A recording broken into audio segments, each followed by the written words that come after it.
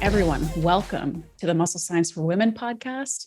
I'm your host, Ashleigh. Here's your other host, awesome host, Rachel. And we have a special guest today, which is rare because usually we're just coming on here and ranting to each other. But now we get to rant with someone else.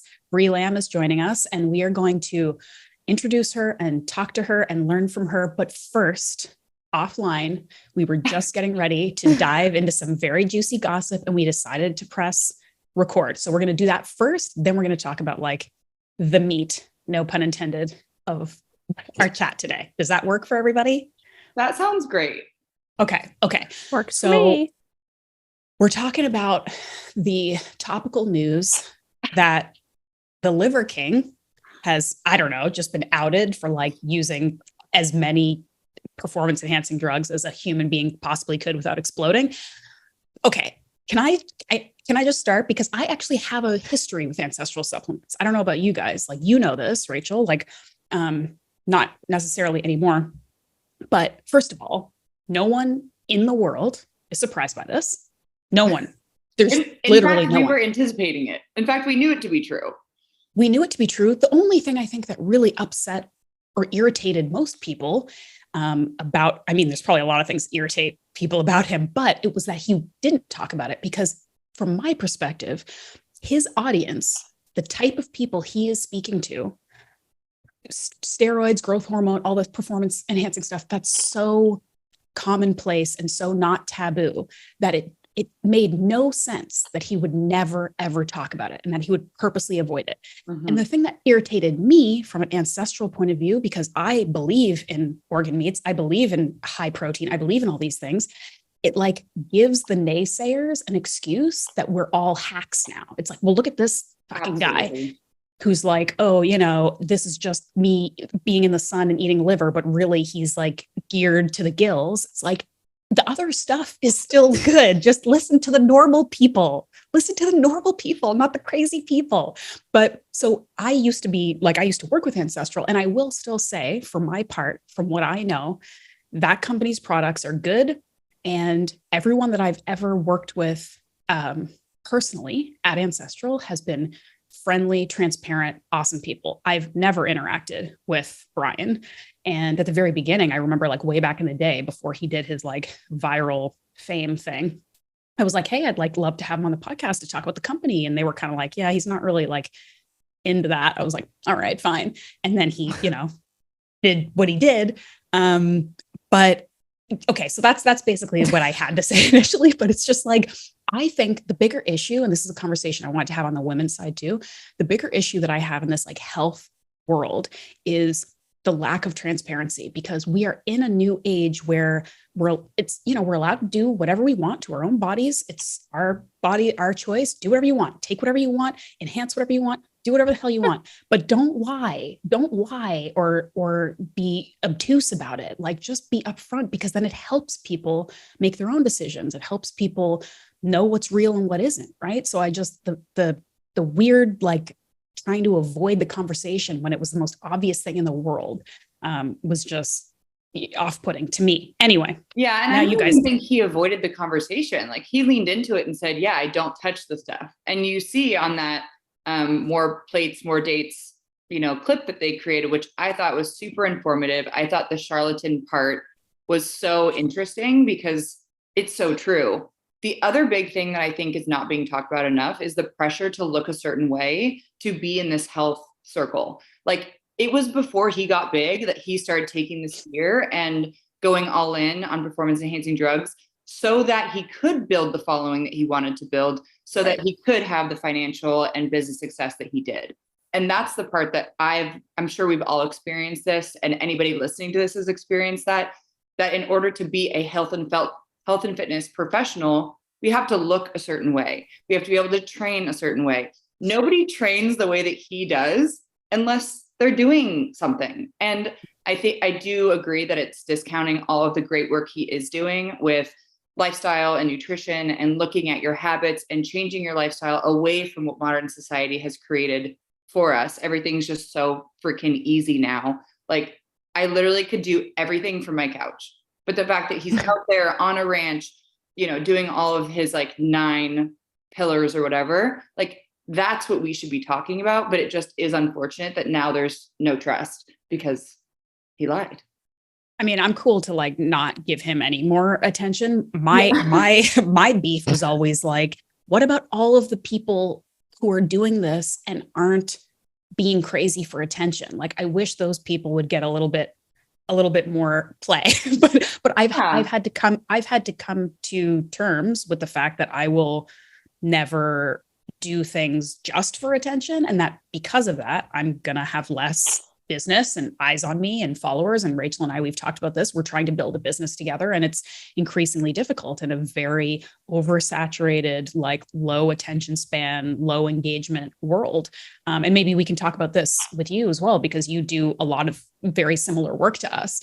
But yeah, Rachel, do you have any shit you want to talk about the Liver King while we're here? I mean, I don't think I'm as passionate about it as you guys, but I do agree with you. So that's what I'm going to say. The last piece I'll say, because I feel like this is important, is that the fitness market is so saturated, and for fitness and health professionals like ourselves, he felt this pressure that he had to separate himself by like creating this toxic masculinity around you're a primal and you're a subprimal. Either you're with us or you're without us. And I think in fitness, there's already so much polarization between what's good and what's bad. It just makes people feel like crap. And it's like, oh, I'm a subprimal because I'll be honest, I've never eaten liver before. Mm-hmm. Oh, so I'm a subprimal. I don't fit in. I suck. I'm not that's the part that's hard. It's like, that's why people are afraid to go to the gym, because people are separating like, oh, you're a fitness person and you're not. So. Yep. And I mean, for men, like, I don't know if this is the right time, or if Rachel, ever want to have a conversation about like toxic masculinity and men's fitness. But I mean, men talk about us all the time. So anyway, but you know, men are watching this and looking up to him and thinking, okay, well, I'm eating, you know, raw liver in a field every day and I don't look like you. Like, what's the deal? Like, you know, and they think like to be a real man, you have to be dark purple and bursting with veins. Like it's just, it's not. So, I mean, it's with all of us. Like we talk about the unrealistic expectation that is put on women all the time, but I mean, it's happening with men too. And it sucks. And I think if we can just go back to like the transparency, try to be maybe, even though we've just been judging him this whole time, a little bit less like judgment, just more in your own lane, you know, like we don't have to look like this person, be like this person to be okay and be healthy. Yeah, but it's, I mean, you know, this is the world that we live in where everything's online, everything's being compared to everything else. And we have to do something crazy to get attention. And it just sucks. Yeah. It sucks. Yeah. Or show your tits. I mean, that's a conversation I also want to have. And we need to talk about we had so many other things we were going to talk about, but this is a similar topic. And one thing that I would love, and maybe we should do it. Maybe it's better for somebody else to do it. But I would love for someone who's knowledgeable in the women's fitness world to have a conversation. And I promise, I don't want this to come out in any way judgmental. I'm curious about the interesting dichotomy with wellness and fitness with women, and this idea of non-toxic culture, being very aware of everything that goes into your body, non-toxic skincare, super healthy food, getting the right sunlight, blah, blah, blah, blah, blah. And that in parallel with the plastic surgery enhancement culture, right? The question of, you know, being so anal about the food that goes into you, but also being willing to have elective surgery to put foreign bodies into your body to look a certain way. I think that that's an interesting conversation that people aren't having. I think the conversation that we are having a lot is, you know, it's 2022 and women should be empowered and not feel judged about any kind of enhancement they want to do to themselves. If they want to do it, they're entitled to do that, and that's okay. And that is a part of the conversation. But the idea that we don't talk about, like, you know, if you use Windex, you're going to die in your house, but we're all putting fillers and tits and ass and into our bodies that we weren't doing before. And that, that can have an impact. Like there's a whole podcast I was just listening to about breast implant illness, which can be a thing, I suppose. I need to do more research. It seems to be an issue, an increasing one, I guess, as more people are getting plastic surgery. But that's an interest. Like, am I wrong? Like, I feel like that's an interesting conversation that isn't really being had. I think with anything, it's like, if you know the risks and you know what you're up against, you're still allowed to make your own decisions. Like if your goal is to be shredded and have a 6-pack, but you want that freaking donut, go eat the donut. You know what it's going to do to your goals. You know what's going to happen, but go eat your donut. Like, who am I to say that's a bad decision? I think in long term, when we talk about putting things into our body, like I've had Botox, I've had filler, my boobs are fake, and I'm still going to carefully select which foundation I use. And that's a decision I'm willing to make because I know the risks and I feel good about the risk to reward with those things for myself, Right. But I love talking about this. I mean, the conversation, it's like, we're talking toxic load, right? Like it's everything we do is a calculated risk, from Botox to cookies to working out too much or whatever. Right.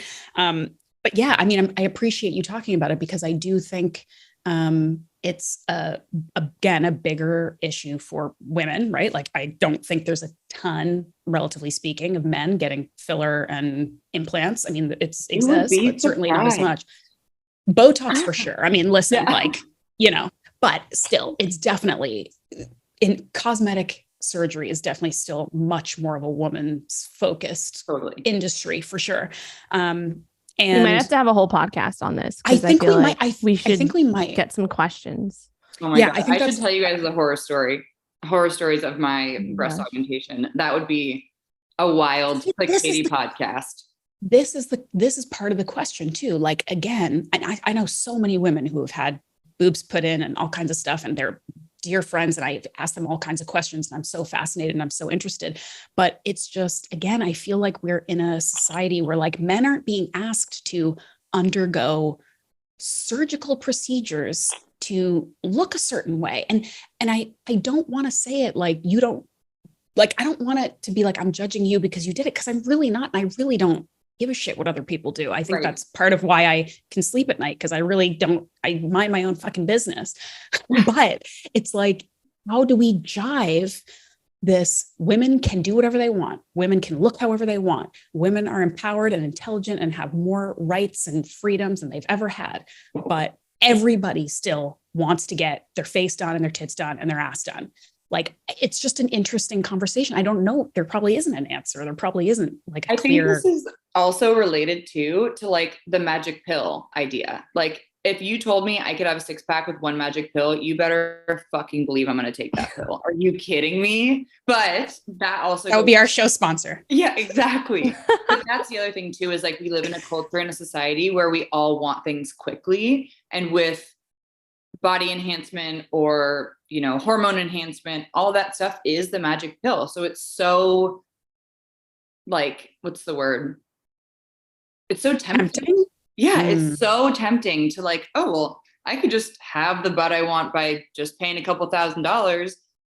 But I do think that it is something that can be really addictive, and it can create a completely different level of body dysmorphia than you would already otherwise have.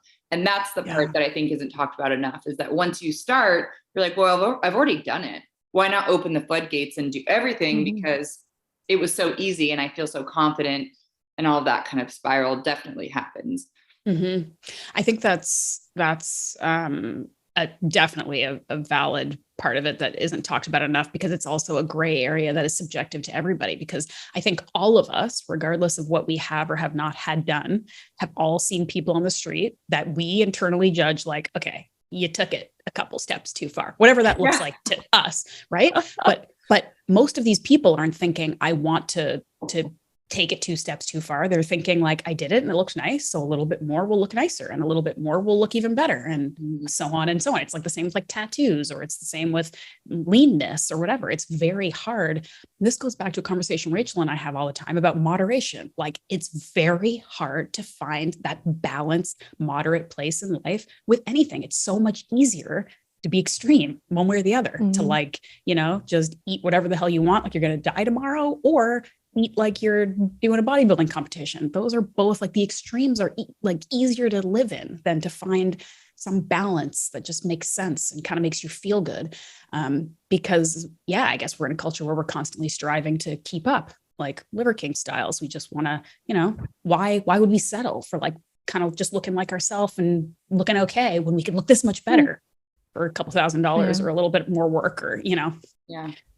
We didn't, we got to bring you back. We got to bring you back. I'm enjoying just like listening here. I think we should do the like that conversation should be a whole separate one where we all have more time to kind of prepare. I think that would be good. But I just want to say before we get into other topics, because we were talking about the supplement thing and how the ab pill is going to be our next show sponsor in 2023. We should talk about our show sponsor, which is an organ meat supplement company, Optimal Carnivore. And to my knowledge, none of them are crazy wackos on the internet. So love those guys. I appreciate them. You're still taking your Optimal Carnivore every day and eating it to your puppy, or your puppy wants to eat them. There you go. I love how you keep the pill case like right there. If it's not there, it's not happening. It's locked and loaded. I'm going to be taking mine with me on my Christmas vacation, because I'm going home, and I know that it's just, it can be a free for all when I'm like living in someone else's house over the holidays. So I'm going to take my organ complex. That one's my favorite. And that's where you could start, Brie, maybe if you're like not ready to eat liver. Like it might be interesting if you like tried it for a little while to see if you notice any difference. I don't know. Like it's a nutrient dense thing that women are kind of missing out on a lot of the time. So maybe I'm super into it. I've read the research. I know it's possible. I just can't bring myself to eat the liver yet, unless maybe Ashleigh, if you help me prepare it. I'm so excited. I was going to say that. Challenge accepted. I was just talking to Rachel offline about how I'm coming to San Diego at some point, and she's going to make me squash and I'm going to make her liver. And so you come over and I'll do my best to make this liver palatable. We'll have a party. We'll have a liver party, a liver and Brie squash lives party. Like 5 minutes away. So we need to make this happen. I literally was like, hold on, can we go at 9:45? Because I can drive over there. And she was like, what? That was my fault. Zoom.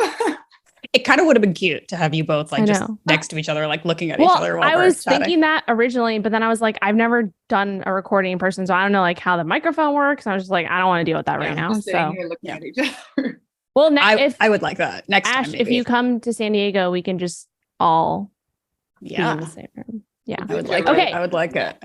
I'm gonna wait. I'm gonna insert muscle side 10% off. Optimal Carnivore. We'll put it in the show notes. Okay, moving on. Yes. Moving on. Okay.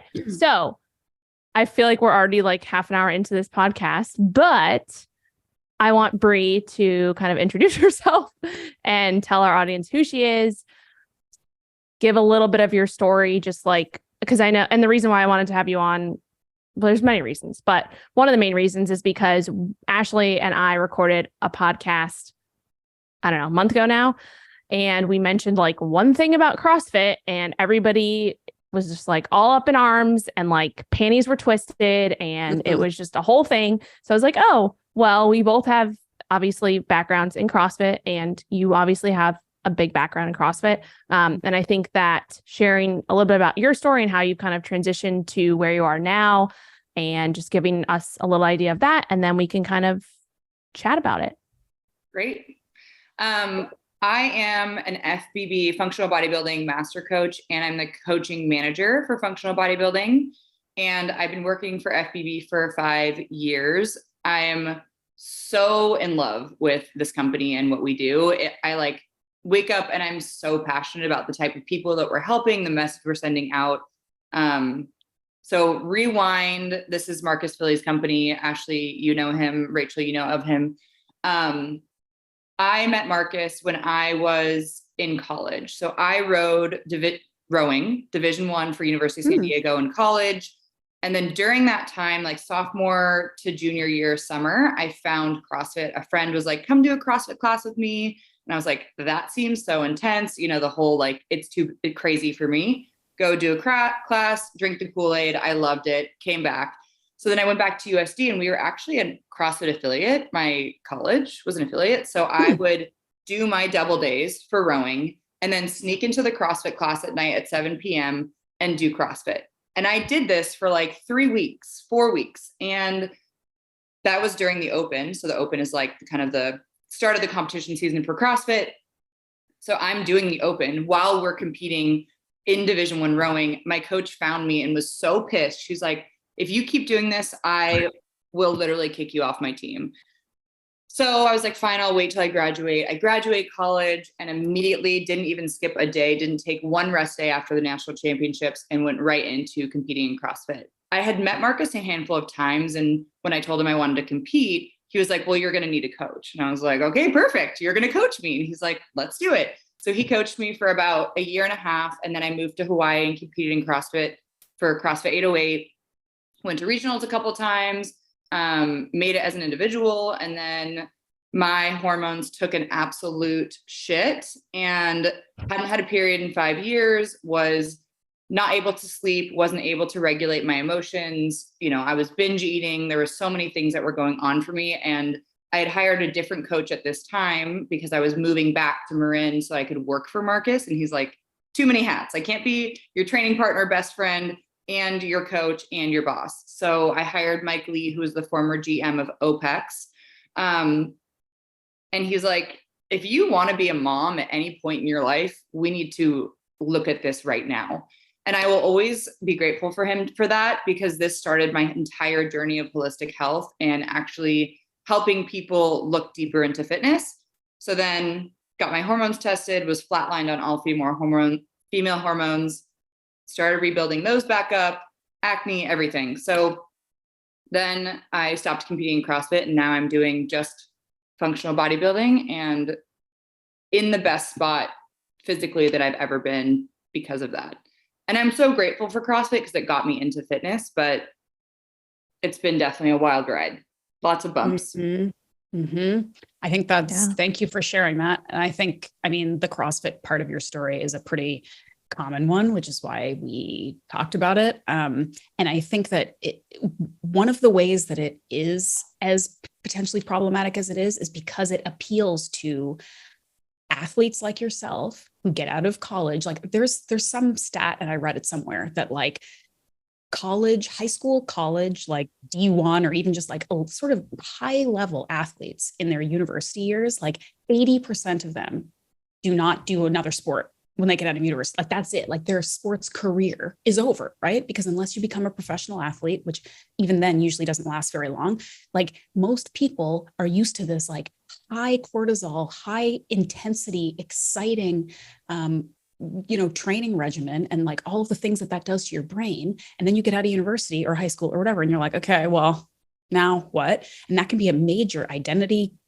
problem. That can be, it can mess with your everything physically and mentally. So CrossFit appeals to these like hard charging, intense athletes, and people who want to be that, which is like my category.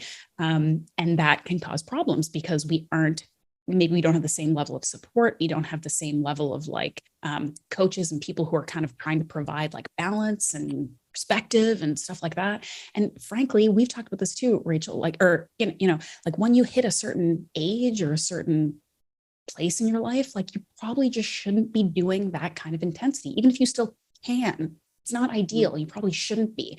And I love functional bodybuilding. I've known about it since I first interviewed Marcus, which was probably like, I don't know, 5 or 6 years ago. And it really spoke to me because I'm one of the people who went from CrossFit into bodybuilding, like actual competitive bodybuilding. But I've always had like a background platform of like, things should be functional. They should make sense. Don't do it just to do it or because it's cute or because it's fun. I mean, that stuff is nice too, but like do it because it's making you stronger and a better human and better at doing human things and being healthy and being alive.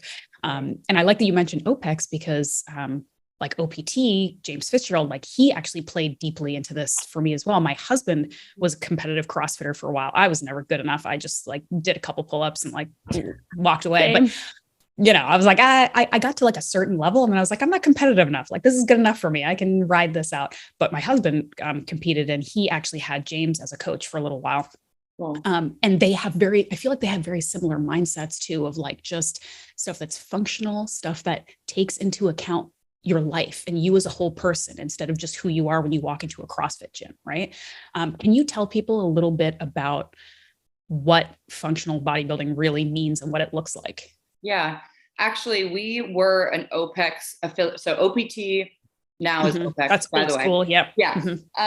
Well, OPT is still happening in Canada with Mike Fitzgerald, James' brother, but we were an OPEX affiliate when we had an on-site business before the pandemic hit. And so a lot of our foundation is very closely linked to OPEX. And this was the first style of coaching that took into account the entire human being. At this point, which was like, 2013, 14, you could get a training program anywhere. You could get a nutrition plan anywhere. I was doing WAG, and then I was doing Invictus programming, and then I had a therapist. And I was like, cool, I have all these people. And then now I am your project manager of all of those things. So that's how I think about functional bodybuilding. I write your nutrition, I write your training. We talk about stressors and life events, and we just talk about overall your goals in life as a human being. So my role as a coach and all of our FBB coaches is to create the blend between doing all the right things and then being all the right things, like that support your goals. So every client we work with, everyone starts with an assessment. So lifestyle nutrition assessment, training assessment, and then general like food and mood journal. And from there, only then can we decide what your next steps are towards your goals. And I find that piece to be the most informational and most incredible piece for clients, because they've never looked at their life through a lens of what we're assessing, like movement patterns, and not just what you're eating, but how you're eating and how you feel after it and how you feel the day after eating that. And so functional bodybuilding is just like a more holistic approach. And I hate using that word because it's always so thrown around, but anything that happens in your life, I care about, and it's going to contribute in some way to how we reach your goals long-term. Love that. Yeah. 100%. I have a million questions. I just don't want to steamroll, Rachel, if you have something you want to ask. Honestly, I am loving just like listening to you guys talk. I think you knew that like I would just love talking to Brie and have so many questions. Okay. I basically am just here to moral support. Moral support. I do have one question that I want to dive into, but it can wait. So okay. Well, I mean, I guess one thing that was coming up as you were kind of telling your story too was I'd love for you to talk a little bit about, we can get into the hormonal stuff and how you sort of improved that part, but how did you come to terms with when you decided, okay, this CrossFit thing, it's like burning me out. This isn't good for me, you know, certainly physically, but also the emotional athlete minded side. When you decided I wasn't going to compete in CrossFit anymore, what was that process like? What did you go through mentally? What did you do? How did you transition into whatever came next? And how were you okay with it? That's a question I have not been asked in a very long time. So thank you for allowing me to think about this. I mean, when I graduated college, I was not ready to face the identity crisis of not being an athlete anymore. Like working out just to like feel good and be functional was not enough for me by any stretch of the imagination. So I tell you, I literally took 16 hours of rest before I started competing in CrossFit. And so that was my first step. Like, I just wasn't ready. Like, I wanted to be an athlete. I wanted to be perceived as this like strong, capable athlete. Like when people said, oh, you're a rower, or, oh, you're a CrossFitter. I loved that. I fed off of that, which goes into a more therapy-based conversation. But I wanted that. I wanted to be perceived as that. And that is actually what kept me through CrossFit, was like, I was really good. And it felt good to be good. Right. And it felt good to be seen and be congratulated and feel important. And that's part of the reason why I stayed on like team CrossFit versus going individual, because I wanted that camaraderie. I wanted that support. And then when I did that Dutch test and saw how bad all my hormones were, it was like it's probably still to this day, the biggest heartbreak I've ever had in my life, was breaking up with who I was and stepping into who I was going to be, even though I didn't want to. Like, was I doing snatches 4 weeks after that test? Of course I was. I was still trying to train and compete like I was before, because it made me feel important. And so when I officially stopped competing, I was like halfway through this qualifier for Granite Games. I was like in the top 5 and my coach sat me down. I was in Scottsdale at OPEX at this time. And he's like, I know you want to be a mom one day. I know you want to feel good. I know how much body composition actually really does mean to you. And so when you're sitting here in my office inflamed and crying at the drop of a hat and not sleeping, we have to look at this. And at that moment, you know, pulling out of Granite Games, pulling out of the training program and seeing what I was going to be doing was so heartbreaking. Like, oh, I'm not doing snatches anymore. I'm doing dumbbell press. Like, that's so not cool. That's not sexy. So luckily, you know, I had him and I had Marcus to kind of support me. And then I went into keto because he wanted to kind of reset everything. So I did keto for about 6 months, got super lean, was basically just doing like strength breather work and some bodybuilding. And I looked fucking awesome. Like I was like, okay, actually, like I love the way I look. This training is not as hard. Like, you know, the effort was still there, but the intensity was lower. And then started this like cascade of like binging and like disordered eating patterns because I was still doing high intensity stuff because it felt good to me. But then I was eating keto. So then I was eating keto all day and then I would like binge with carbs at night because I really, well, physiologically needed it and psychologically wanted it. So then that kind of started this whole thing. And that was actually the hardest part. That's when things got really tough. But luckily I had my coach and we were able to pull out of it. But yeah, that's kind of it. I think we need to make a t-shirt that says making dumbbell press sexy again, because I think it's very sexy. I'm a big fan. I'm a big fan of those. I think they're very sexy. I have a question. Yes. Brie, do you barbell squat? Ooh, well, I have 2 torn meniscus, and so I don't squat all the time, but I do like it. You like a squat. Okay. See, we can all come together on that one a little bit. I joke because we had a whole podcast about squatting and we were going back and forth between it. Cause I haven't really barbell squatted since like right after CrossFit probably. Yeah. But Ashleigh is all I like a powerlifting movement. Like my like interesting full circle thing was like CrossFit to powerlifting to bodybuilding, which I feel like is almost like the opposite of a lot of people. But like I was on the pendulum. Yeah, you know, I was just like, and I've never been like a big fan of like a ton of hard work. So that's why CrossFit, like, you know, obviously I had the endorphin rush that everybody had, but I'm like, I don't want to do 30 snatches. I'm not interested. I'd rather just like bench press once and then like go home. But I really appreciate your honesty in talking about how tough this can be and the reality that like we all want to look good, be appreciated, have people tell us that we're awesome and great at things, because that's another thing that is so important. And we either pretend it isn't or it's everything. And I don't think it should be either. We shouldn't say that either you're, you know, this like vapid person who just wants to look good and have people pay attention to you. It has to be the other side where you stop caring about that stuff. That's vain to care about that. That's stupid to care about that. It's completely human and universal to care about that. So let's figure out how we can incorporate that looking good, feeling good validation into, like you said, this more holistic, like, but you should also be healthy and like functional and maybe, you know, be able to have kids one day and all of those things.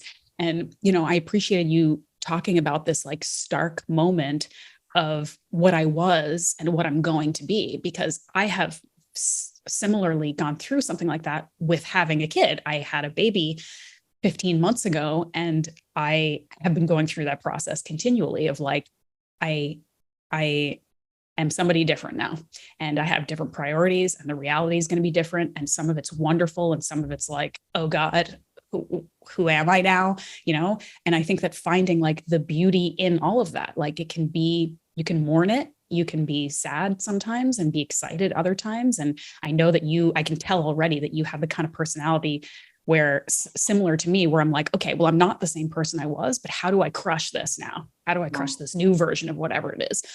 So I think that that's a cool, interesting, tough conversation to have. And, you know, I think you also mentioned, we don't have to talk too much about this, but the therapy side of it too, the psychological, mental side of it too, that, you know, being a well-rounded, healthy person is more than just eating well and working out And Yeah. there is a huge mental component, and it's good to recognize that. And when people have the resources to take advantage of that too, I think that's important. And as humans, we're neurobiologically wired to search for connection. So when I was looking for connection because I thought I had to look and act and perform a certain way just to get connection, because that's how I did it my whole life. Yeah. Moving into, what do normal people do? Like, yeah, we go to CrossFit class because we want the high five. Like, I want someone to say good job. I want to write my time on the board because it feels good to be seen. And I think that's what we do as coaches is I allow my clients to be seen and celebrated and understood. And that's where I think, the fitness can get really lonely if you're just working out by yourself and you don't have connection to anything you're doing. And even just now, like becoming friends with you guys and being able to talk about these topics, we wouldn't otherwise be here without fitness. So I'm so grateful for it. But when people come to me and they're like, yeah, I don't care how I look, I just want to look good and move well for the long haul, I'm like, you're fucking lying, because we all want to look good naked. Okay. Yes. Do we swear on this podcast, by the way? A lot. We swear a lot. Yes.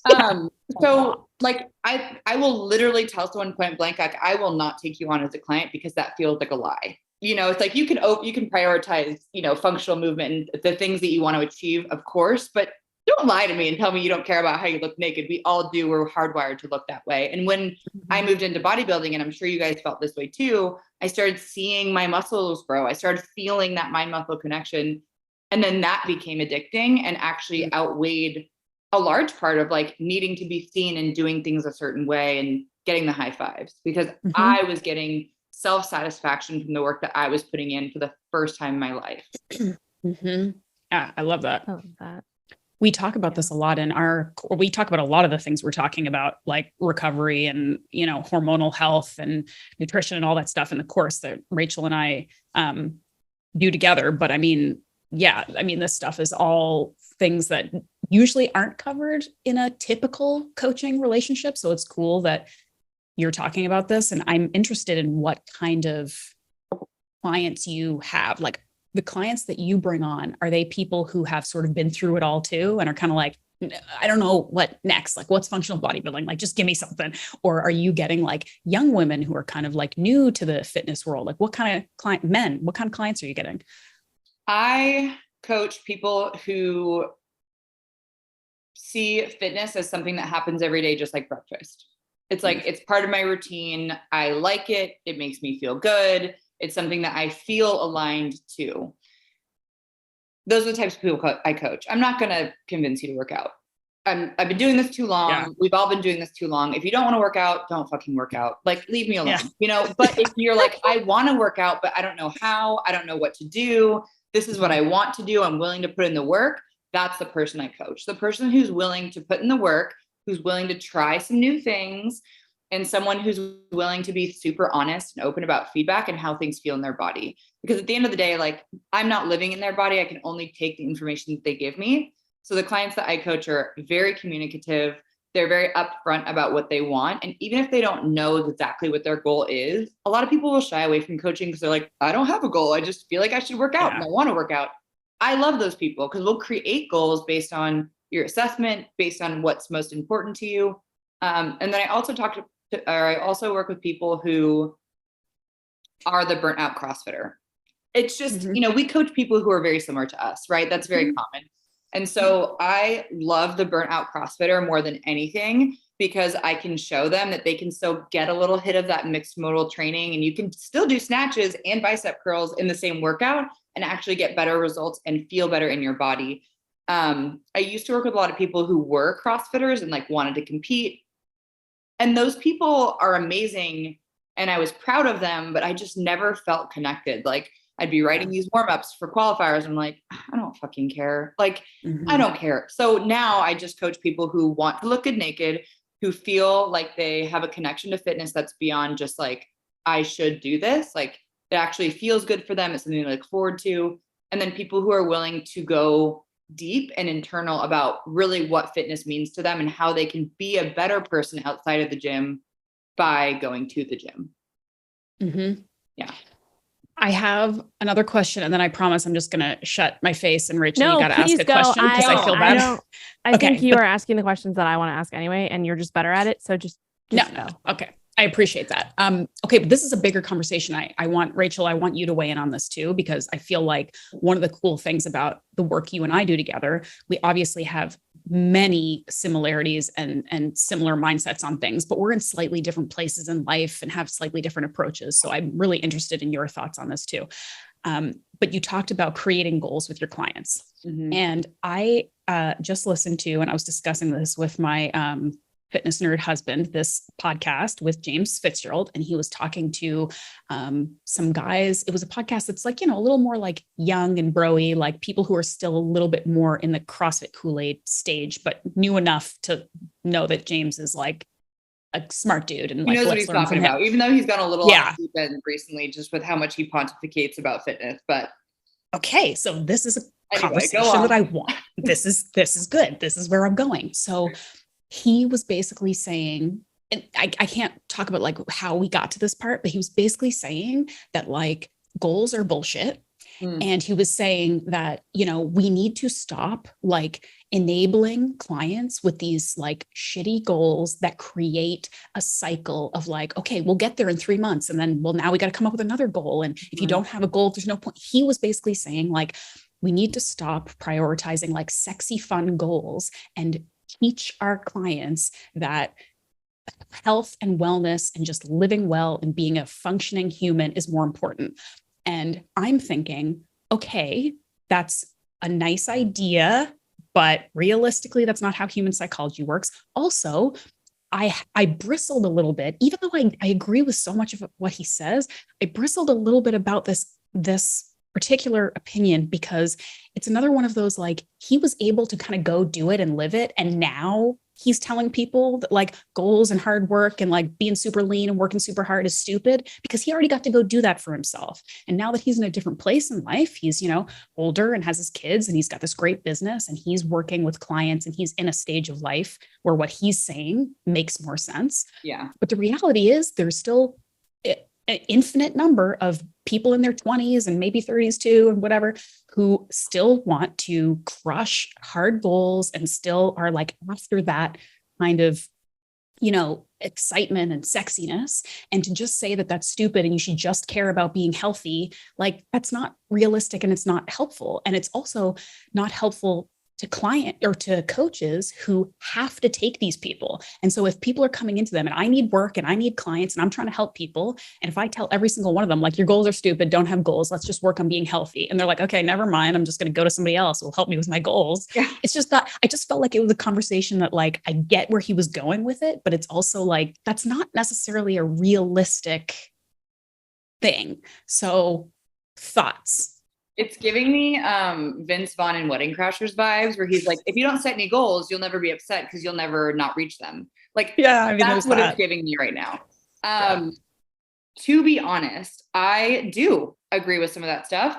And I also think that, like you said, human psychology, we need things to work towards in order to keep focus and urgency towards something. So even if like, I don't give a shit if I'm 14% body fat or not, like, no one sees that number on the paper, but you and me, like, but I do want to not think twice about when I put on a bathing suit in August. I don't want to think twice if I look good naked when I'm having sex with my partner. Like, these are deep psychological things that people don't talk about enough. And so by having just a conversation about goals at all opens up the door for some deeper investigation of like, what really matters to you. Everyone has a why and everyone has a purpose. Not everybody has it in 3 sentences written down on a paper, but we all have that. And so by talking about what's most important to people, even if it is 14% body fat, okay, like aesthetics means something to you.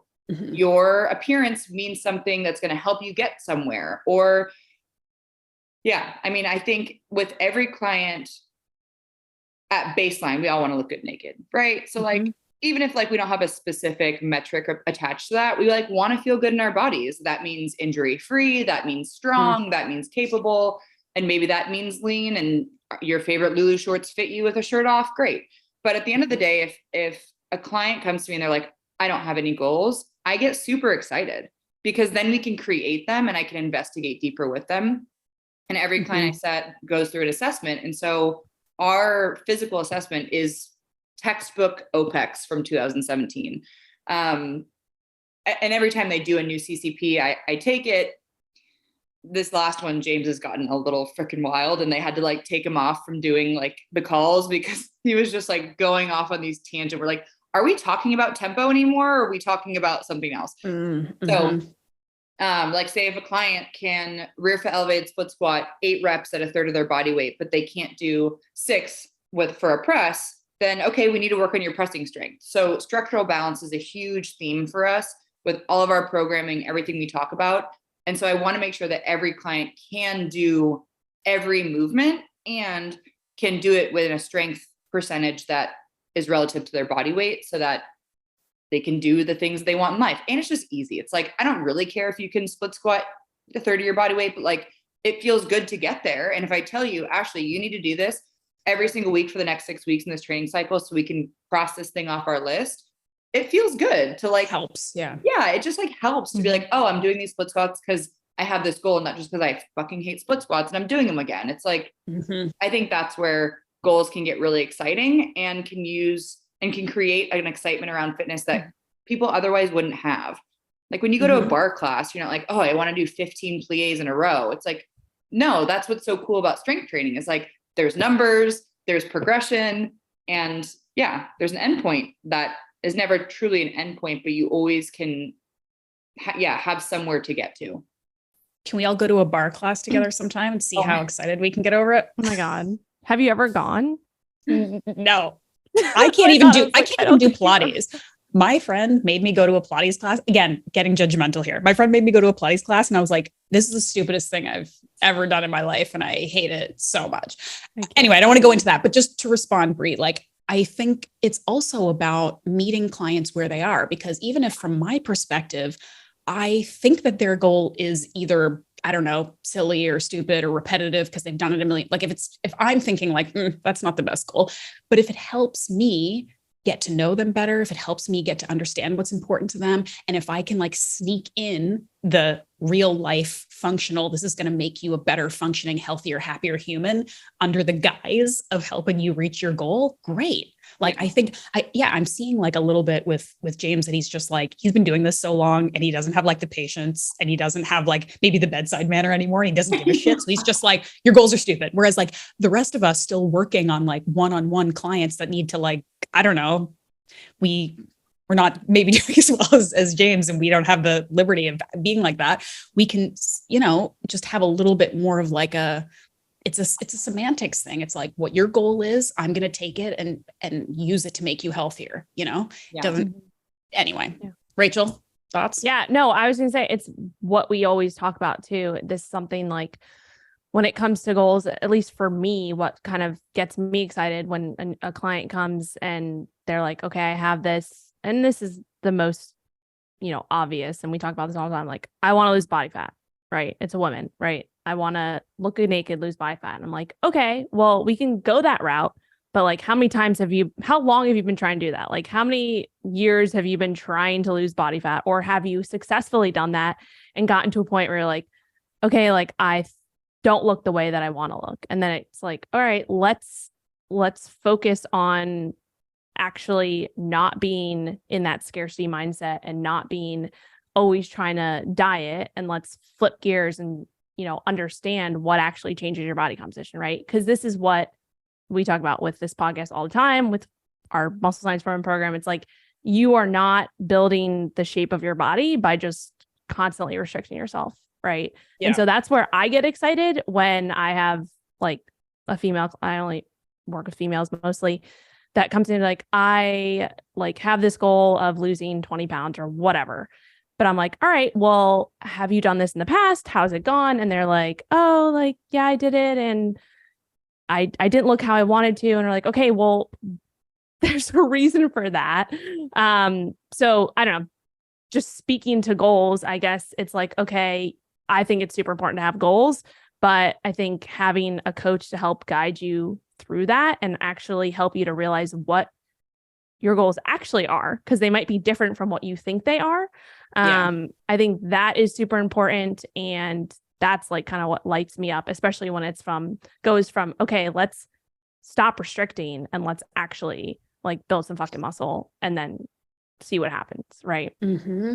I think you nailed it. Like a lot of people think they want to just lose weight because that's what we've been told, especially like us 90s kids, like, oh, you just need to like lose weight and be smaller. And the reality is like most of the clients who say that really want to recomp their body, right? Like they actually don't care as much about the weight, the number on the scale. They do care about how their body looks. So, you know, I tell clients all the time, it's like the amount of calories that you eat will dictate the size of your body, right?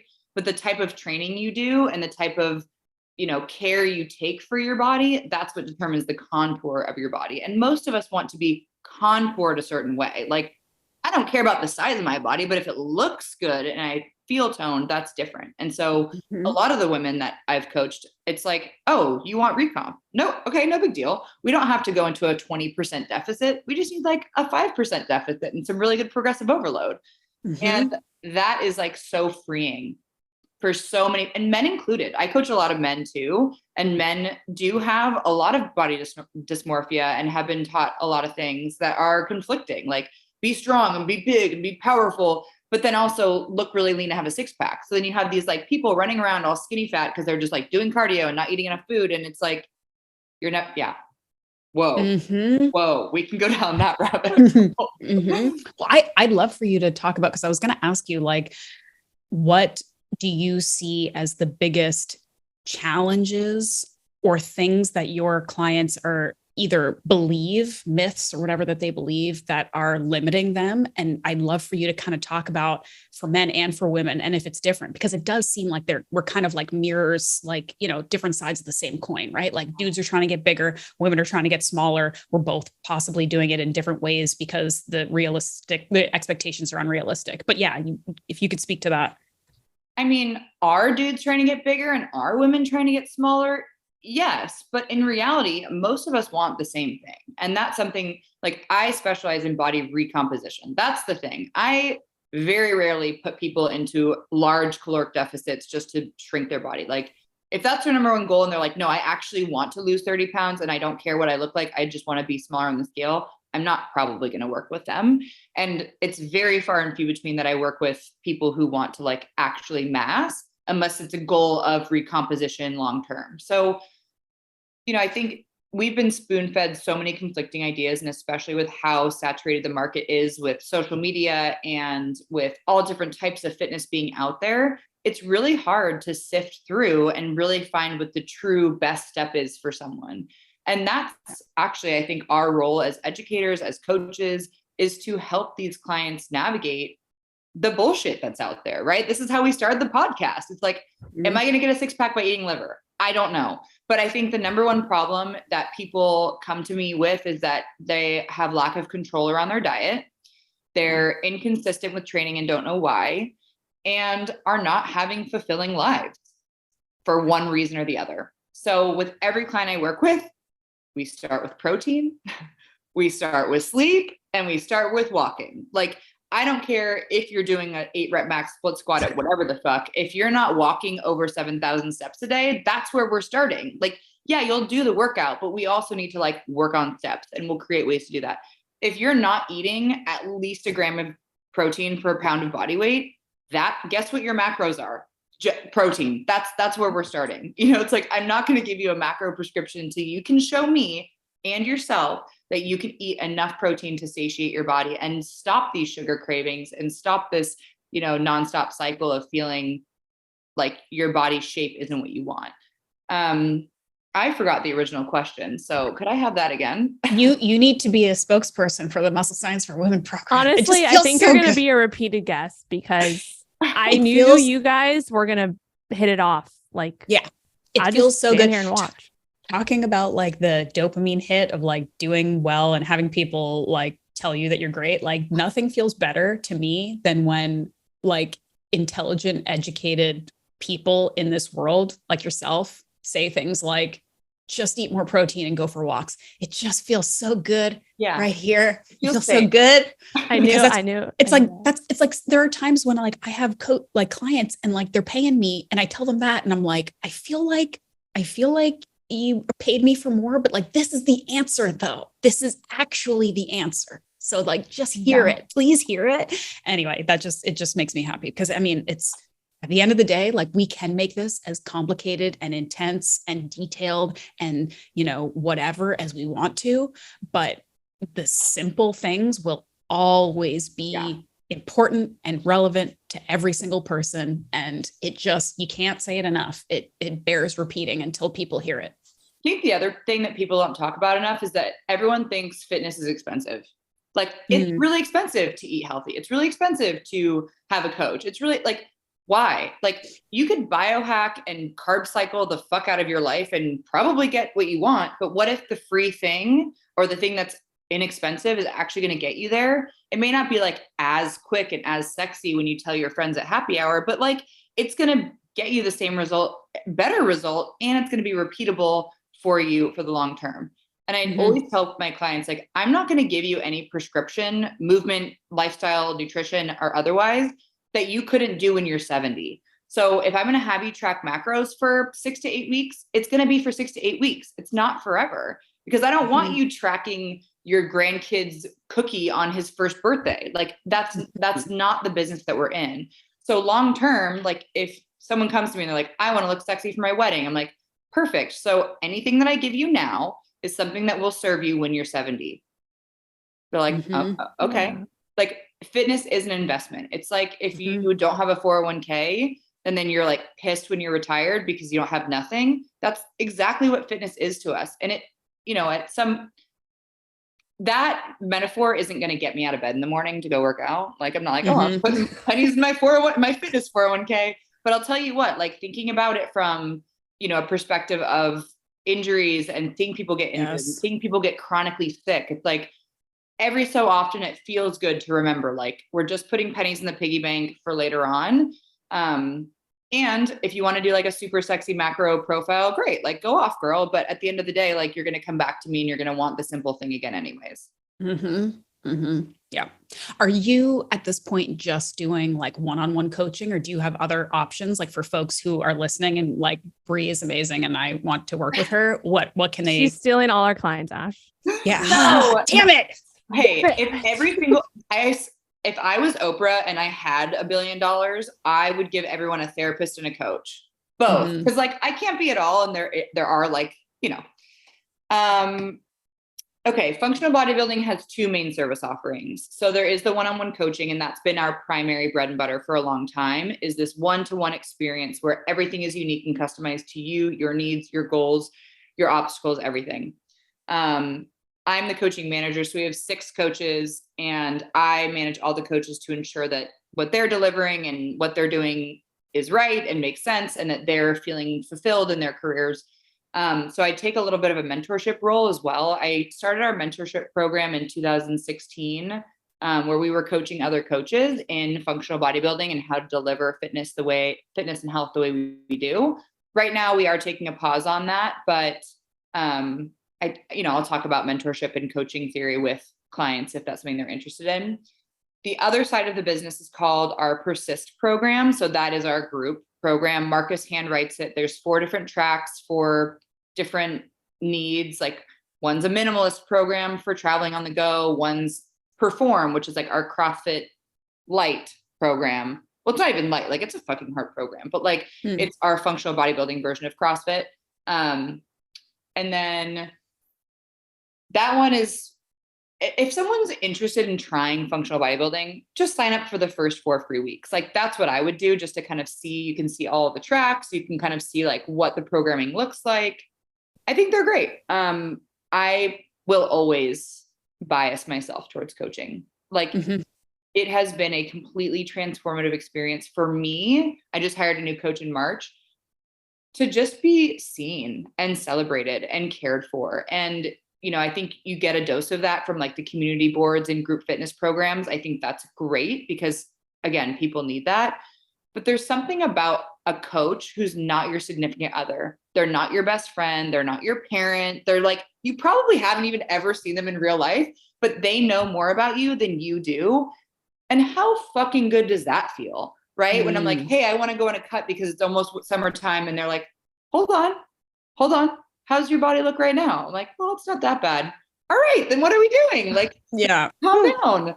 That's the type of checks and balances I think a lot of people need. Yeah.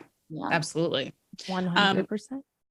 I just thought of a question, like a sign off question that I want to ask all of our guests who we don't have that many of because we're becoming increasingly picky about who we have on our podcast, which I appreciate. But Rachel. Oh, no. Yeah. No, I was going to say, I think Brie's the first guest, but she's not. There was someone else. Oh, I think we've only had like one or two though. And I want to keep it that way because again, we're like leveling up in our life here. Like this isn't about just like letting other people come on our podcast and talk shit unless they're awesome and worth it. Anyway, before I do my sign off question, do you have anything else that you want to, I mean, we're obviously going to have you back on and talk about more stuff, boobs, muscles, whatever. Yeah. But Rachel, did you have any other questions that you wanted to ask while we have Brie? I think we covered the one that I wanted to. It was more so like the body composition set. Well, it was kind of like, when we were talking about CrossFit a few weeks ago, there was like people who were in different camps when they were responding to our post. And there was like a handful of people were like, yes, when I stopped CrossFit, that's when I actually saw the body composition that I wanted. And then there was other people who were like, no, like when I was doing CrossFit, like I became super strong and like all of that. And so I think those are the two camps where people are kind of like arguing about. So I was just curious, like Brie, your experience with that, and you kind of already talked about it, so we don't have to dive deeper, but just from like a, perspective of if you do want to change your body composition and that is your main goal, like CrossFit might not be the best option for that and like why that's the case. Why is that? You tell us why that's the case, because I said in my defending our like little mini shit sesh on CrossFit, I was like, I have talked to, you don't have to take my word for it. I have spent the last decade interviewing, talking, working with some of the best coaches, athletes, trainers, functional doctors in the world. And I don't think I know anybody who would recommend CrossFit as the best way to have optimal health and body composition. Not saying you can't get jacked doing CrossFit. Obviously you can, and obviously you can get very strong. But why is it, do you think, if you agree with that, why is it that you think CrossFit isn't across the board kind of the best option for it, even though people look great when they do it? Bodybuilding as a sport is to build your body to look fucking jacked and awesome in a bikini bending over for judges. So like, I probably would choose that modality over a sport that has no weight class, that has no general guidelines around how you need to look, right? But we also can't talk about this topic without talking about stress. And so my entire life, actually, up until really like when I hired this coach, I felt like I had zero control over how my body looked ever. And the reality was because I had zero control over how I was stressing. And I wasn't stressing responsibly. I was stressing irresponsibly. I was in a super toxic relationship. I was doing double days that were both really hard. I was restricting my calories to 1,700 calories per day. I'm 5'9", 160. So that's a very small amount of calories. And I was just like starting to build my coaching business. So I was putting so much gasoline on the fire. Like my baseline stress level was already so high. CrossFit is the most stressful training modality that is available to us currently, unless you are literally in a ring running from tigers, which I haven't seen that as a sport yet. So to me, this is, CrossFit is just not the way to get the body composition you want, unless you live like James Fitzgerald, you drive your Tesla, you have a $4 million house, your meals are perfect, you've been eating broccoli forever. Like, unless your life is really relaxed and chill. And I'm sure that he has his stuff. I love James. So this isn't a shit talk on him. He would actually love to hear this podcast. Maybe I'll send it to him. But unless we love you, James.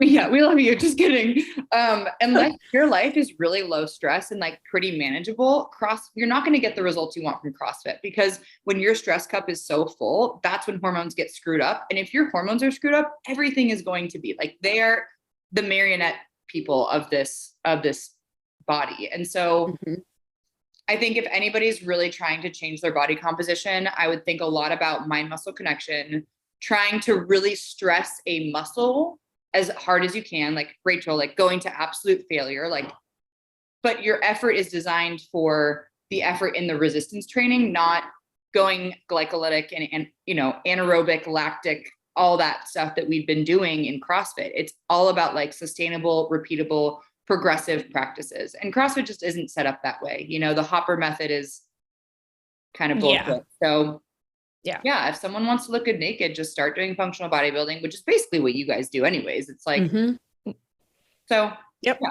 And then just like look at your food, because I was not eating high quality food. I was eating all the sugar-free bullshit stuff to fit into this little budget of food, when someone should have just shaken me and been like, hey, eat a little bit more food. That's why you're craving carbs. Or eat a little bit more protein. That's why you're craving carbs.